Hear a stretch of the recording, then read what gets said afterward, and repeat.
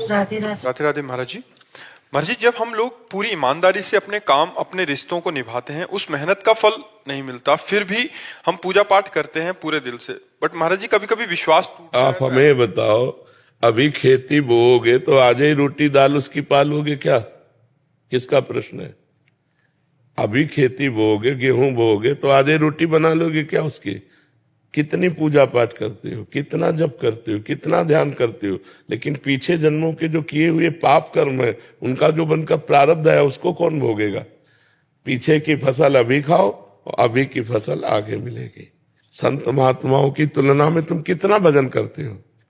तुम्हारे पास तो और भी कर्तव्य कर्म है, और भी व्यवहार है। हमारे पास तो एक ही कर्तव्य कर्म है, केवल भजन। तो हमें भोगना पड़ रहा है, तो तुम्हें भोगना नहीं पड़ेगा।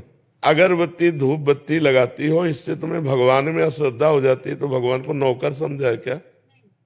फिर अश्रद्धा क्यों, अश्रद्धा शब्द क्यों? अश्रद्धा नहीं है, पर मेरा प्रश्न ये है कि जो आने वाली युवा पीढ़ी है, जो बच्चे हैं, जो देखते हैं, तो उनका विश्वास। हाँ, आने वाली युवा पीढ़ी गर्लफ्रेंड बनावे, बॉयफ्रेंड बनावे, जहर जैसे व्यसन करे, गंदे आचरण करे, भगवान पर श्रद्धा करे, तो नरक जाओ, दुर्गति भोगो। अगरबत्ती लगाने से हमारा प्रारब्ध बदल जाएगा? इतनी बड़ी तपस्या है, पाप किए हो तूफान जैसा, पहाड़ जैसा, और अगरबत्ती के धुआं से पहाड़ उड़ाना चाहती हो, उड़ जाएगा क्या? पाप करते समय सोचते हैं भ्रूण हत्या, गर्भ हत्या, बलात्कार, चोरी चोरी, नाना प्रकार के पाप करोगे। जब वो फलीभूत होंगे तब श्रद्धा करो भगवान पे, अश्रद्धा करो, भोगना पड़ेगा तुम्हें। अगरबत्ती लगाओ चाहे धूप बत्ती लगाओ, अवश्य में भोक्तव्यम कृतम कर्म शुभाशुभम। समझ में आ रहा है ना? यह इतना भजन करो कि अपने प्रारब्ध को विध्वंस कर दो, तब देखो। अरे 2-4 माला घुमा लिए, अगरबत्ती लगा, धूप बत्ती है, भगवान को धूप बत्ती चाहिए, भगवान को अगरबत्ती चाहिए। तुम्हारे अच्छे आचरण होने चाहिए। वर्तमान में अच्छे आचरण नहीं है। ईमानदारी से बोलो, जितने लोग बैठे हो, इस जन्म में अगर तुमको न्यायाधीश तुम्हारे कर्मों का आचरण का बना दिया जाए, तो तुम कितना अपने को दंड दे सकते हो? खुद न्यायाधीश बन के देखो तुमने कितनी गलतियां की है और क्या दंड तुम्हें मिला? कुछ नहीं। भगवान की कृपालुता की तरफ देखते हो? नहीं देखते हो। अनंत जन्मों से मनमानी आचरण करते लोग चले आ रहे। अब जो उनका फल आता है, अब इस जन्म में 2-4 अगरबत्ती लगा दी और हमें भगवान पर श्रद्धा हो रही। नौजवानों में रास्ता इसी बात का ना, डिप्रेशन में गए, कर ली, ये कर लिया, वो कर लिया, यही परिणाम है। अश्रद्धा का परिणाम यही है। तुम अपने आचरणों को न देखो, भगवान को देखो। तुम चाहो कि हमें खूब पाप कर्म करें और इसके बाद जो है हमें भगवान आकर गले लगा लें, ऐसा होगा क्या? महाराज जी, ये प्रश्न इन्हीं का नहीं है। ये क्या आजकल क्या हो गया महाराज जी, अनुष्ठान, नाम जप और कोई भी साधना नहीं है। बट जैसे मंदिर गए, मेरा पास हो जाओ हे प्रभु, पास हो जाऊं, पास नहीं हुए तो भगवान ने पास नहीं किया। पढ़ाई मत करो भगवान पास कर दे। मैंने मांगा कि मेरा बच्चा ठीक हो जाए, ठीक नहीं हुआ तो अश्रद्धा हो गई भगवान से। क्या फर्क पड़ता है? आकाश के ऊपर थूको, कोई फर्क पड़ता है क्या? तुम्हारे मुंह पे चिट्ठियां पड़ेगी आके, भगवान आकाश के समान महान है। उनको क्या फर्क पड़ता? उन्होंने देखो, उन्होंने आपको खेती दे दी, आपको बीज दे दिया। अब आप जो बोओगे वो आपको काटना होगा। आपने पसंद किया बम्बूल, तो बम्बूल जगेगा उसमें बोया जो आपने। दाक्षुआरा बोओगे तो दाक्षुआरा बोते हो, बम्बूल चाहते हो, दाक्षुआरा ये कैसे मिलेगा? विचार करके देखो। करते हो गंदे आचरण, चाहते हो उत्तम फल। हर कार्य की सफलता उत्तम आचरण से होती है, ध्यान रखना। अगर आपका पूर्व प्रारब्ध बिगड़ा हुआ है, इस समय उत्तम आचरण करने पर भी आपकी हार होगी, क्योंकि वो पूर्व का पाप आपको परास्त करेगा। अगर पूर्व का पुण्य साथ दे रहा है, तो इस समय गंदा आचरण करने पर भी आपकी विजय होगी, क्योंकि गंदा आचरण वर्तमान में दंड नहीं देगा, ये आगे चलकर आपको दंड देगा। अच्छा आचरण आपको वर्तमान में सुख नहीं देगा, ये आगे चलकर सुख देगा। वर्तमान में आपका प्रारब्ध आपको दुख सुख देगा। मनुष्य जन्म दुख सुख भोगते हुए अच्छा कर्म करने के लिए मिला है। हमें यहाँ भगवान से किसी भी तरह की श्रद्धा और अश्रद्धा का विषय नहीं लाना चाहिए। हाँ, श्रद्धा का विषय यह है कि ऐसी परिस्थितियों में भी भगवान हम टूटे नहीं, हम आपके कृपा बल से इन दुख सुख को सहते हुए सही आचरण से चले। जैसे पांडवों का राज्य छिन गया, यहां तक कि पत्नी भी दांव में लग गई, लेकिन वो धर्म से च्युत नहीं हुए। 12 वर्ष का वनवास, 1 वर्ष का अज्ञातवास, लेकिन धर्म से च्युत नहीं हुए। ये भगवान की कृपा। उन्होंने कभी भगवान को नहीं कोसा। हम लोगों की क्या आराधना है, बेमतलब भगवान पर श्रद्धा की बातें करते रहते हैं।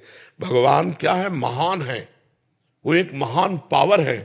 आप अब देखो, बिजली को गाली दो, कनेक्शन सही हो ना, आपके बोर्ड में बिजली आ रही है, आपने 2 तार ऐसे लगाए और वो कनेक्शन सही नहीं हुआ, अब ऑन ऑफ करते रहो, बल्ब सही है, तार भी सही है, प्लग भी सही है, बोर्ड में बिजली है, लेकिन वो ऑन नहीं होगी, जलेगी नहीं। क्यों? कनेक्शन सही नहीं।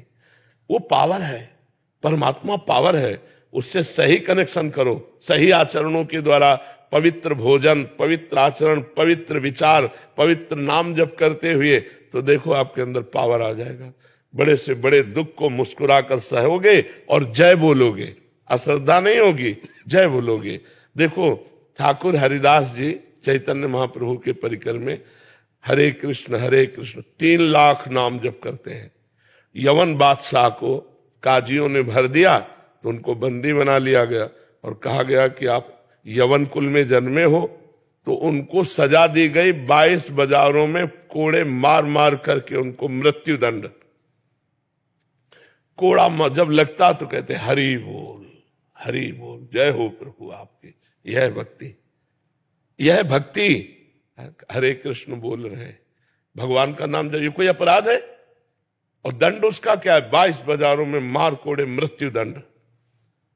लेकिन हरि बोल, जब जल्लाद कहते हरि बोल कहता है तो मुस्कुरा देते, तूने भी हरि बोल कहा ना, तेरा भी कल्याण हो जाएगा।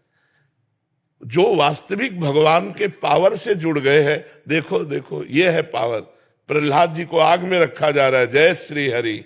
यहाँ हमारी क्या है, हमारी छोटी सी बात नहीं बनी, हमारे कर्म के अनुसार तो हम भगवान पर श्रद्धा कर ले। ये नौजवानों की आज जो बुद्धि बिगड़ रही ना, ये अश्रद्धा के कारण ही तो बिगड़ रही। अगर वो श्रद्धा करके माता पिता के चरण छूते, श्रद्धा करके अध्यात्म को स्वीकार करते, तो ना तो व्यभिचार में जाते, ना व्यसन में जाते, अपनी पढ़ाई को पढ़ते, अपने कर्तव्य को पूरा करते, अच्छे नंबर लाते।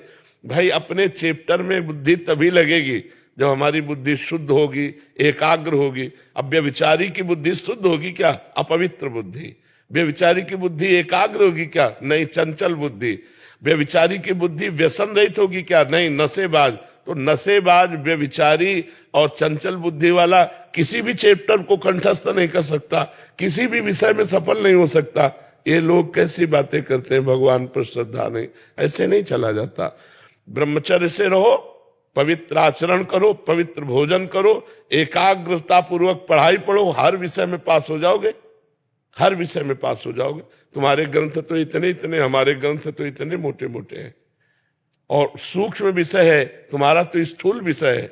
यही राष्ट्र का विषय होगा, विश्व का विषय होगा, हमारा विश्वात्मा का विषय है, विश्व से अलग विषय है।